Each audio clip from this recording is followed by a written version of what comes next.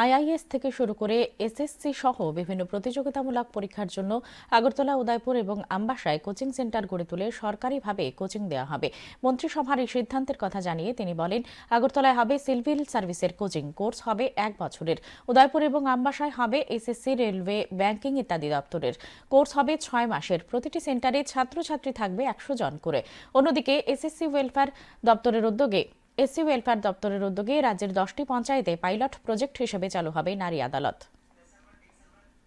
যারা competitive exam দিতে চায়, লাইক আইএস, আইপিএস, ইউপিএসসি যেগুলো কন্ডাক্ট করে থাকে, এই যে কম্পিটিটিভ এক্সামগুলো সারা দেশব্যাপী সেগুলো সংগঠিত হয়ে থাকে। আমাদের বিভিন্ন জায়গায়, যেমন উদয়পুর, আগরতলা, আমবাসা,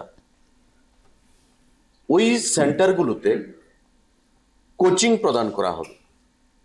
একটা নতুন স্কিম, নারী আদালত, শুরুয়াতটা আমরা করব রাজ্যের 10টা পঞ্চায়েতে।